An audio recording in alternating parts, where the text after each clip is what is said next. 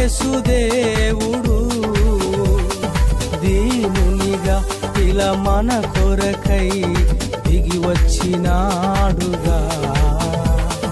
పరలోక భాగ్యం విడనాడాడు నా యేసుదేవుడు దీనునిగా ఇలా మన కొరకై దిగి వచ్చినాడుగా.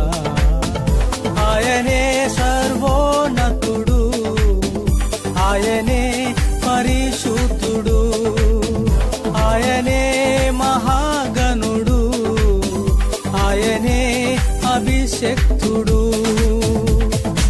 ఆనందమే సంతోషమే ఈ దినమే నా యేసుతో, తన జన్మతో మన శాపము తొలగిపో